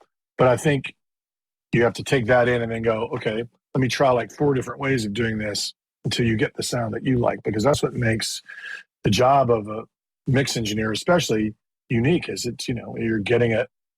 You have to have those high standards and that, ability to discern what's good. And then, of course, it might get redefined by other people in the creative process. It's not like in general, depending on who you are as a mixer, it might be the final word. But, for me, I'm always open to the collaborative. Once I've gotten into a certain place, there's very few times I've said, really, do you really have to do that? Like, do you realize how loud the vocal is? But it's like, there was somebody huge. So I was like, yeah, enjoy your super loud vocal. And, like you said about things being too loud or too soft, it didn't really, in the end run, it didn't matter. It was about the artist and not about and the song. But anyway, yeah, I think that Jimmy had a good point. That you really got to try to make these things your own, and just take it one step beyond what you see on YouTube and mess around with it a little bit. Maybe you'll come back to maybe you'll say, oh, I really like the original thing that came up. But I think that's what made all of us mixers now, that are my age or had my experience. We just did what we thought was best. There was nobody telling us except for the final listener. So I love listening back to stuff I did when I didn't know what I was doing. Kick drums really loud or something's really, and they sound great. I'm kind of amazed at how good it sounds. It's like, wow, this is really, really good. Really, really good stuff.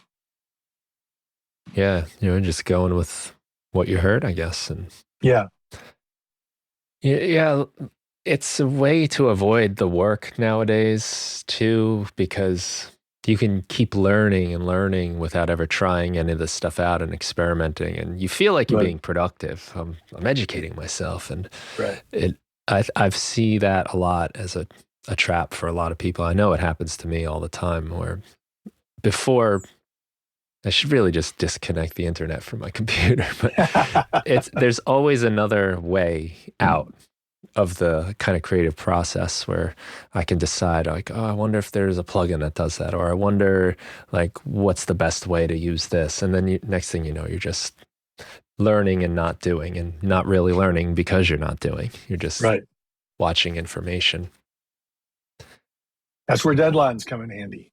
Yeah, exactly. You got to get it done. No time for that. You got to get it done. I wrote down, I wanted to kind of come back to this a little bit when you're doing these Spotify sessions, this whole idea, because I think maybe it was before we hit record, we were kind of talking about flow.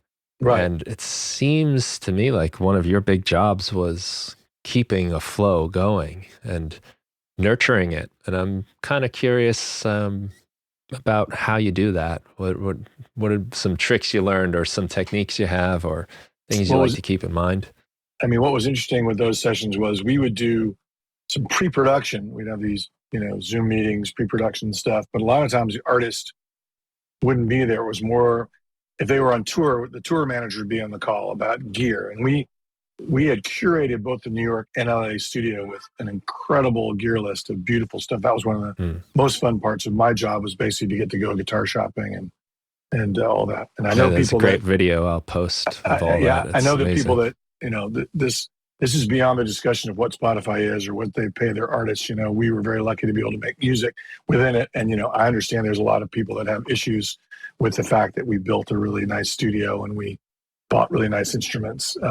So I totally get that. I didn't want to let that go by without saying that I understand the other side of the coin, but I was very lucky. I was behind a very big soundproof door making music and didn't get involved in the whole political, problem of what streaming is and how difficult it's been for the creator community to make a living with that incredible shift of how the money works in that business. But anyway, so I don't want to sound like I don't get that as I talk about being able to get cool instruments. But anyway, in pre-production, we would send the gear list back and forth, but generally we wouldn't talk to the artist very much. But we'd try to narrow in on the song. Sometimes we didn't know what the cover was going to be.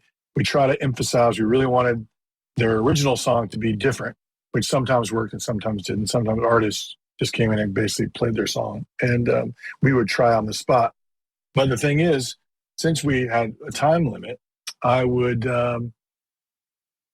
play whatever role it took for me to keep things going and keep everybody, jolly. Sometimes people would bring their own producer or the MD that was on the road with the band would sort of step into that role, or the artist. Other times, they really needed my help at figuring out stuff. We'd change arrangements. We'd change tempos. We'd do all kinds of stuff like that. And I think that it was just, I'm trying to think, there's no like definitive way to say it's sort of like how you do it. It's a matter of reading the room. That's such a huge deal with producers. You really got to know how everybody's feeling. So you really, from the minute they walk in the door, you can kind of tell how you need to approach it to make sure that they're comfortable. One of the great things about the studios was they were super vibed out. So when people walked in, they would walk through an office space into a room that was very much not an office space, because the studios were in-house at Spotify headquarters. So that was cool. We would have, they just looked great. They felt great. They smelled great. Everything was great about the vibe. And then we had interesting gear, which meant every band knows about gear. They've been in studios, they've been on the road, they have guitars, and you can immediately, that could be our icebreaker. Like, oh, here, look at this, 57 Gibson Country Western. That was in the studio for a long time. And so that was one way we had the thing set up so the vibe was comfortable right when they walked in. And if they'd just been to Sirius FM to do something, and it had been like a conference room with a couple of microphones in it, and they walked into a studio that looked like, East West or Capitol, and be like, oh, this is cool. We didn't expect this. But like, when Salt and Peppa came in, one of the women turned to me and said, what are we doing here? Like, the artist had no idea. So that started me off with like, obviously no one's told you. So we'll talk about, what we're going to do. She was like, okay, let's do it. And then other artists came in uber prepared, like changing everything and doing all this stuff. So in terms of keeping the flow going, it's really reading the room, keeping them excited about doing something that's unique. That was my whole goal, was these songs. The cover was kind of always unique because it's a cover. They could play it. It wasn't their song. But making, their song unique. So sometimes I would even be granted access. Like, I recorded Dial Horn in London at Air, and they gave me access to the rehearsal the night before. So I got to discuss this one song, Black and White, with him. And I said, what if you change the tempo, pull the tempo way back, did this, did that? So I was actually really producing. And it was great. We recorded the next day, and he actually recorded 3 songs instead of 2. They released 2 and not this one. And then the record label released it on their own. I mixed it, and it's become a big song. This new version, alt version, has become a nice track for him. So I think it was more about just reading the room, making sure everybody was comfortable. And my thing is, I wasn't precious or overbearing about my role. My role was to facilitate. So if somebody came in that was more in charge than me, unless I saw them going a direction that I didn't think was positive for the track and could figure out a way to subtly get in there or make a suggestion, I would do it. But, if it was somebody needed to get a cup of coffee, I'd be happy to get the cup of coffee. Like, I don't really, the outcome of the day was what was super important. And the fact that we were all hugging by the end of the day.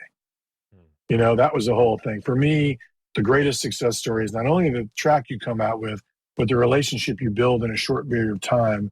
And I'm sort of literally mean that. Like, if an artist would come in and kind of shake your hand and look the other direction, by the end of it, I want them to be like, this has been the most fun I've ever had.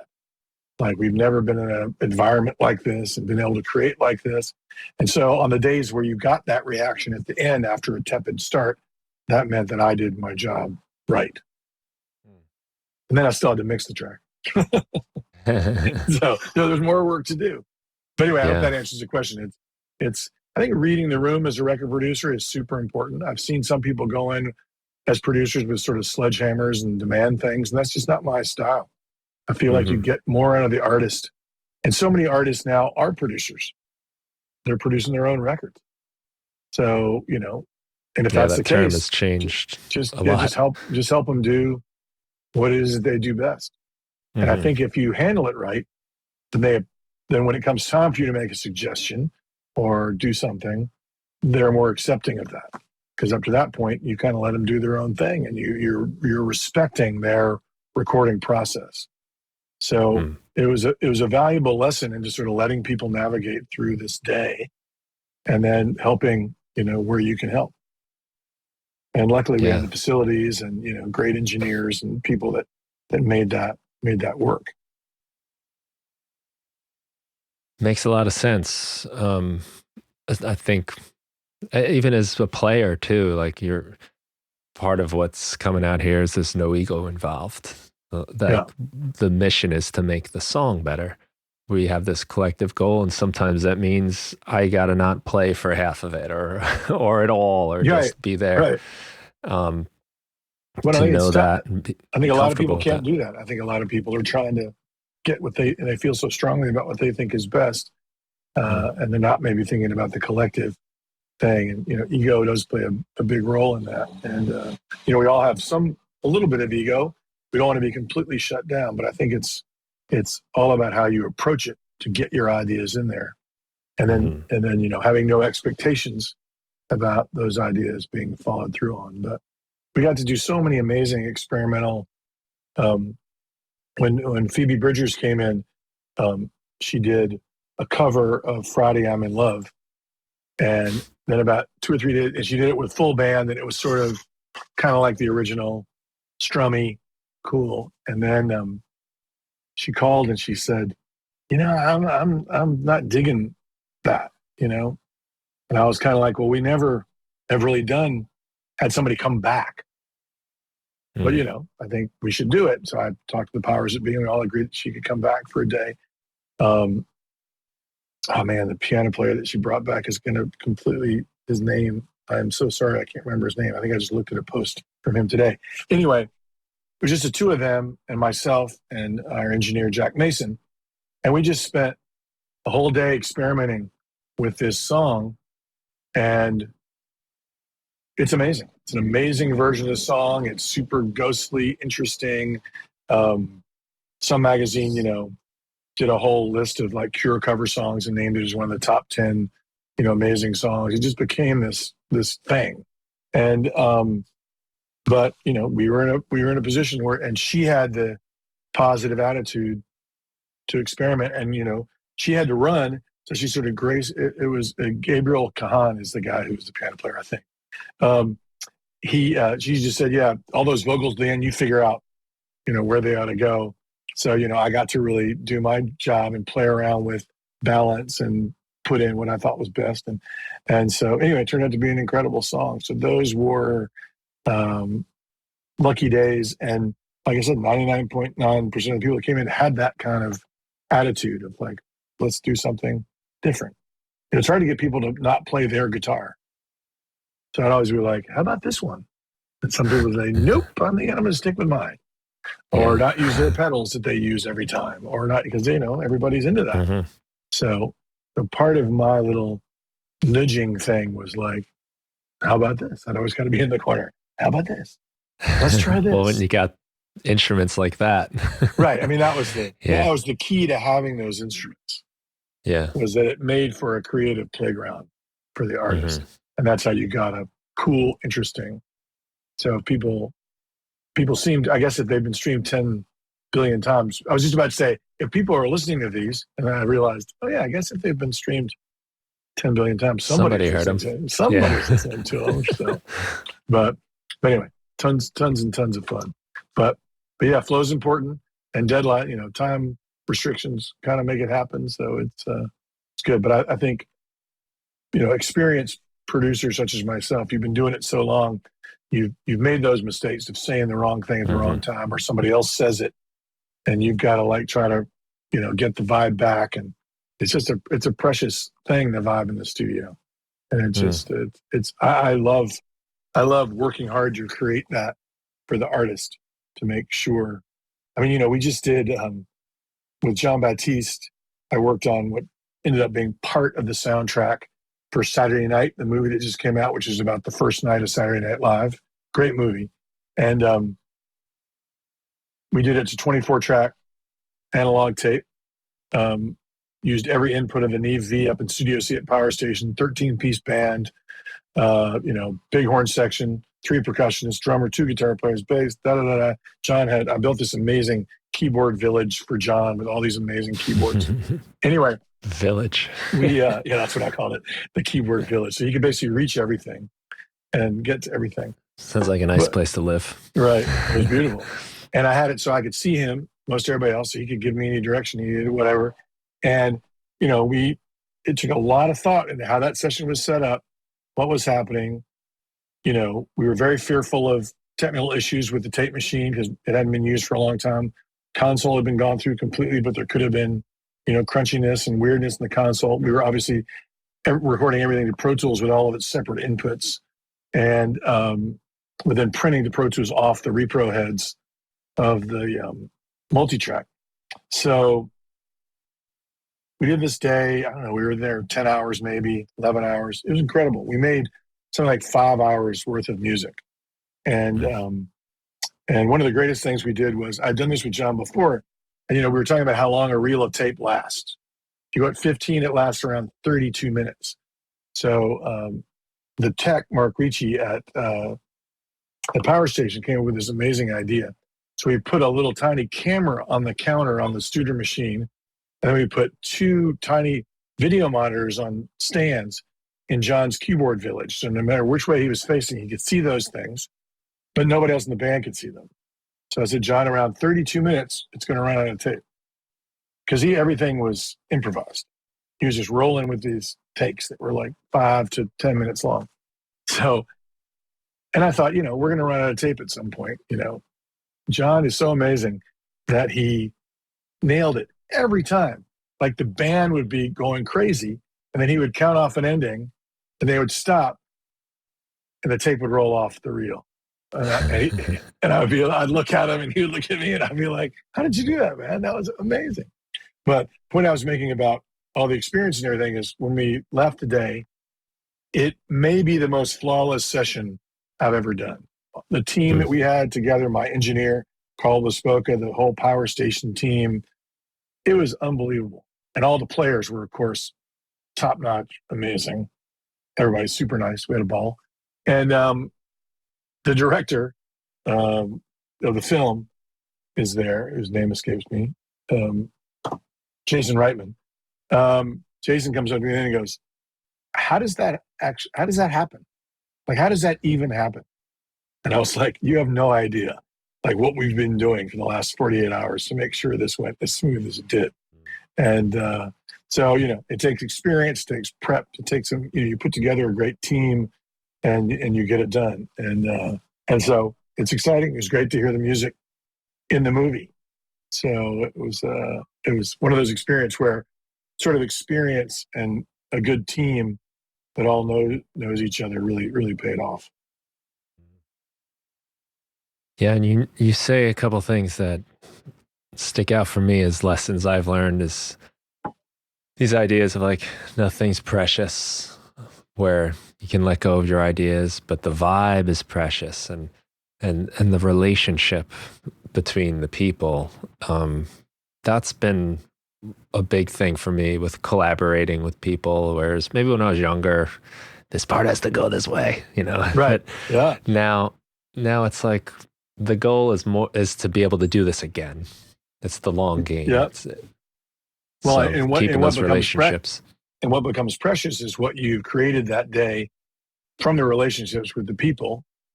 A month later, you're walking down the street and you run into the drummer that was on that session. And he's like, man, that was the most fun I've ever had. And you're like, well done. Mission accomplished. And then the music that comes out of that, it just has a spirit comes from how you set up the day and how you set up the working environment for the artist. And so, for me to have John Baptiste, Celine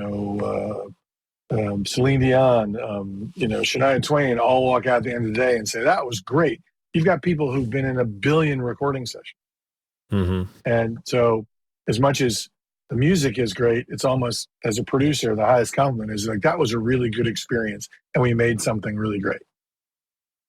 And, it doesn't matter what role you play, how that happened, the fact that you were in charge of making it happen, that's the role, and that's the sort of the payoff in the end. Yeah. So many great people. I can't even think. I always have to look at the Spotify singles playlist and I'm like, oh yeah, that one. We did so many. We used to do like 4 sessions a week. Yeah, that's wild. I had a week. People always used to ask me, or still do, what's your favorite session? And I say, well, I can't pick one that's a favorite because there were so many good ones. But there was one week where on Monday night we did Wynton Marsalis and the Jazz at Lincoln Center Orchestra, which is a septet featuring John Batiste. That's when I met John for the first time. And then the next day we did, who's that redhead kid who sells 1 million records and plays acoustic guitar? Ed Sheeran. I can never think of his name. Right. We did Ed Sheeran. Yeah. Sorry, Ed. I didn't mean to call you the redhead kid. We did Ed Sheeran on Tuesday. We did Clean Bandit on Wednesday, and we did Sting on Friday. And it's like, okay, there you go. And now that's in the beginning. Now the program is, they're not doing as much, and they're moving in sort of in a video direction. But but in the heyday of it, we'd always release a 2-sided single every Wednesday, and then sometimes we'd have so many artists, we'd do 2 singles on a Wednesday. Then it became sort of our spot to release instead of releasing on Friday when everybody else releases. So it was great. But the great thing is about that gig is I used all the experience from, being a freelance producer engineer to running the studio for Sony ATV to having my own studio Electricraft while still being freelance engineer and doing all these crazy projects. And then I was able to bring all that. And then when I was honored with sort of supervising the build for the LA studio with this incredible team that we put together of people that all contributed so much to how that place turned out, including my amazing boss, Chris D'Angelo, and Bradley and Jack Mason. Everybody put in so much work. And Josh Morris over at WSDG and John Stork. It was all about experience. It was all about, I've been sitting in this chair so long. This is where I want this knob to be. I go over here. This is where I want, I want to be able to turn around and adjust this. I want, and I want to be able to see all the way through. We had a big wrestling match over the size of the window, and it turned out we had this big, beautiful, kind of east-west Studio One style window where you can basically see everything. And so, but that was all just knowing from experience what had worked and not worked for me and for the artists that I'd worked with up until the point of putting something together like that. And creating that flow you mentioned earlier, all that stuff is what contributes to the flow. And then just knowing how to manage it on the day of and knowing when to speak, when not to speak, when to read the room. Reading the room and knowing all that stuff, that's what is super important. And so it's great. And, once you get to that, all those things are in place, it's pretty comfortable. A lot of people go into sessions with lots of anxiety and stuff like that. But once you've sort of got technical pieces in place, like, your gear's all working and stuff like that, and then you've got your creative pieces in place, there's stuff for people to experiment with, and they're in a really beautiful space that feels good, then it kind of goes well, as long as you don't say the wrong thing. The last variable. Be careful what you say. Yeah, I could imagine. And, as we said before, it's a lot of vulnerability. And also when you got big stars like this and people with tons of experience that know what they're doing. Yeah. To know when to let them do what they're doing. Totally got to respect that. And let them do their thing, because that's what they're there for. They're not there to do my thing. They're not there to do the engineer's thing. They're there to do their thing, and especially in this circumstance, I was assigned to them as a producer. When somebody's making a record, they decide, oh, I want to get this person to do my record, and there's that. But in this case, I was humbly and gratefully assigned to work with them for the day. And through the mixes and through everything else that we did. So that was a great honor and compliment, and I did not take it lightly. And so my approach was different if, artist A had said, oh, William, make this record with me. And then, it would be a similar approach, but I might be a little bit more in it But this way, you really had to read what was necessary and what they needed from you to help for the thing. And it was great. I mean, Shania Twain came in to do 2 songs and felt so comfortable she did 3 songs. She goes, let's just do another song. So we put out a 3-song Spotify single, which we'd never done before because usually there were 2. So, the fact that she felt comfortable enough and was having so much fun with the band and everybody that we just cut another record. So it was cool. Now, if you came in and said, if I'm going to do this, we're doing it my way, and nothing else, probably wouldn't get that 3rd track. No, no way. No way. Maybe not even the first 2. No, it's crazy. But yeah, y'all out there who are hearing this and haven't looked at the list, I'm just looking at it now. It's like, oh yeah, right. There's Def Leppard. Oh yeah, right. There's Courtney Barnett. Oh yeah, right. There's Tune Yards. Oh yeah, there's I'm just scrolling through all the stuff we did. It's a who's who of. It even blows my mind when I look at it. I mean, I didn't do every single one. I don't want to take credit because some of them, like especially during COVID, people did them on their own. But during COVID, I got to mix Alanis Morissette at my kitchen table with a laptop because we couldn't go into any studios. So she and her band recorded it at all their different studios and then sent it to me to mix. So that was really, really fun. And she did an amazing version of whatever her big song is. I can't think of it at the moment. Probably You Ought to Know, right? Yeah, You Ought to Know. Yeah, kind of a slower, more angry version. Yeah, and, I can see how that could work. It was amazing. It was amazing. Just slowing it down a little bit and making it more acoustic made it even hit harder because you can really dig into what the lyrics. But there's Tony Bennett, Diana Krall. There's all this stuff. It's fun. That's an angry song, so the rock band, but when you pull the anger back a little, and then it's just it's an amazing version. There's more, almost cuts deeper. Yeah, exactly. So, but yeah, it's interesting. I had a friend who's a film director say when I got the job, he said he'd never seen anybody get a job that used every facet of the person they were hiring. So it was like all the different things that I do well were all part of this job. So it was great. It was really great. It was an amazing opportunity. Yeah. It's nice to have all those songs in the pipeline. There. Yeah, it was. For anybody in any field where you feel like, I'm using my skills. Yeah. And that's a frustration when you feel like a lot of your talents are untapped or the specialties are, not getting used. Yeah, and I think if it hadn't been for all those crazy, sessions that I did when I didn't really know what I was doing and all that kind of stuff, it actually sort of hit right at the right time. And I learned a ton during that time period as well. So going forward, now I have all these new experiences that will inform how I continue to work in the future. So I'm, doing a lot of stuff with John, mixing stuff for Jazz at Lincoln Center, doing some other upcoming stuff. So it's been, that experience has really helped me a lot in how I work now. Yeah. So it's a matter of always learning, never stop. Well, it sounds like a lot of different personalities coming at you constantly too, different workflows, because even within your role, different roles you have to play, different levels of involvement. So that sounds like a real quick way to learn. It definitely is. It definitely is. And then it keeps you on your toes.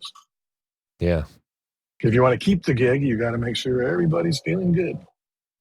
Yeah. Can be always be learning. It's a great philosophy to have. I'm sure it's a big part of how you've had so much success. Just keeping that mind open. Keeping it, yeah. And it's, it gets better and better the more you know, the more you can, feel. I was about to say confident. You don't always feel confident going into situations. I just did a session the other day that it was something I hadn't done for a long time. I was like, can I pull this off? But, it all came, it's like riding a bicycle. It all came back and everybody was super nice and we got it done and it sounded great. So I think it's good to be a little nervous when you go into something and not be too overconfident. But it does build confidence that you can pull these things off. But, every session is a new experience. And that's what makes it exciting. Yeah. Yeah, if it was easy, right? It'd get boring. That's right. Yeah. That's where the glory is. I remind myself of that a lot when I'm working on songs or rehearsing with the band. Like if when they get, because it always gets tough. There's always a time where there's a Yeah, challenge and a problem you got to figure out or whatever it is, but it's part of the process. yeah, That's why there's glory to it. That's why it feels good when you make it to the end. yeah. No, it's good, and and we're lucky that we have, in the end, we have the song, we have the track, Hmm. and it, that hopefully will last forever. I assume it will, and it's nice to have that and have that combined with everybody having a good experience. To Yeah. me, that's the reward is a great track that you come up with, but also that it was a day that you'll always remember, or a month, or however long you worked on the project. That Hmm. maybe had moments of intensity, but they were all for the cause of that project, and you get to work with amazingly talented people. I always credit the source material. It's the artist. It's not the guitar. It's not the amp. Not the signal path. It's not the mic pre. It's not the mic. It's the guy or gal, man or woman, playing the guitar Mm. and what they put into it and the sound they get out of it. And I've been so lucky to work with so many people that are just incredibly talented. So for me to have the honor to put a microphone in front of them or their instrument and translate it through all this stuff to an end product is incredible. And when you do that, it's easy. I Hmm. mean, when you have somebody on that level, I always tell the story that I struggled with somebody in a crappy home studio to do a guitar take, and we were like 12 hours we worked, and it was a sort of a brand new crappy Fender guitar, brand new crappy Marshall amp. It's like, whew, that was a day. The next day, I start this record with Michael Monroe, the lead singer of How Do I Rock, and this guitar player named Phil Grande, who used to play with Joe Cocker and all these people. He has a guitar tech there, vintage Hiwatt and Marshalls. There's about 9 beautiful guitars, all tweaked to perfection, and he's an incredible guitar player. And all I did was just push the fader up. I was like, okay, we're done. We got the sound. And it wasn't Yeah. me. It was all Right. that stuff that got Yeah. it back to me that made it sound good. And Mm. so I'm very honored to be able to translate what all these really amazing, talented, creative people are doing. It's awesome. It's inspiring to hear you talk about it, and Mm. your enthusiasm is clear as a bell. There you go. I appreciate that. Yeah. Appreciate that. It gets me excited talking about it because it Yeah. is great, and I'm very grateful to all the fun stuff and all the fun stuff ahead. Mm. Anything ahead that you can tell us about or that you're Well, excited no, about no, or we I'm excited about more sessions and things like that. I am going to doing this video series called In the Studio, which is just a sort of short blast of some of these stories, and Hmm. I haven't quite finished it yet, but it'll be coming out just me yakking about some of this stuff. So you basically got half the stories tonight, so you don't even have to watch them. But but doing that, and then still working on more Singleton music. Going to do a collaborative record with a bunch of other ambient and interesting artists. So if people want to dial up Singleton on the old Hmm. Spotify, it's there and all the other platforms. And otherwise, just I'm kind of trying to get re-energized about music itself. One issue you have when you do this all the time is I used to joke all the time that I kind of hate music. Like when I come home, I don't want to listen to music. People go, "Did you listen to this?" I'm like, it all Yeah. sounds freaking same, Right. And so I'm not a big New Year's resolution person, but around the coming of the new year this year, I was like, you know what I need to do? Because I just worked a job bringing a studio to market. So it was more of an administrative job, and I didn't do a session for 3 or 4 months. And I was like, I've got to get back to music. I've got to figure Hmm. out. So I've been pushing myself to listen to a lot of stuff. I've been, trying to help people with projects that maybe don't have any kind of financial reward, but it's like, you're good. I just want to help you make this music, getting involved in things, listening a lot, going to see more music. So that's sort of my goal moving forward is to get realigned with loving music. Hmm. So we'll see how that goes. Yeah, So, I bet it'll go well and probably only feed back into what you do anyway. hope that's the point. It's just to get Yeah. that feedback loop of love going on all fronts. Yeah. Well, I'm sure you're pouring it into the work, so it's not Yeah, like, that's why I don't want to put a sometimes you record do on when I need get to. home after a 15-hour session. Yeah, I mean, even a single song is like that. It has some nice dynamics once in a while, and that's Right. why there's gaps between tracks on an album. Just to Exactly. You need a take a minute. breath. You Yeah. need a minute. Yeah. Cool. This has been great. I appreciate the time you've spent and the stories you've told. Well, thank you so much for the time. Yeah. I hope I didn't go ramble on too much. No. As the Led I'm Zeppelin song says. Yeah. I hope I didn't ramble on too much. Not at all. Cool. Any place you like to send people to check out your work? Website, You know what? any social media? Being somebody who doesn't think about putting their stuff out, just my Instagram is probably the best way to keep up, which is Electracraft, which is the name of my studio. And also, one of these days, I'm going to put together a sort of friends and family playlist of all the stuff I've done over the years. A lot of it being the Spotify stuff and just having one place to go. But really, from 2016 to 2023 is really Spotify singles. That was my 24/7 work. So, going all the way back to the first single we released by Cale and the first session we do with Aoife O'Donovan, there's just all kinds of stuff on that. And there's, for me, listening to that, there's growth, that I can hear sort of growth in that stuff. But we really captured a lot of amazing stuff. Well, those are pretty good places to look. Yeah. I mean, make it 10 billion and one. Listen. Sounds exactly. Good. Cool, man. Well, thank you. And thank you to everyone listening. Have a great day. Okay. Thanks very much.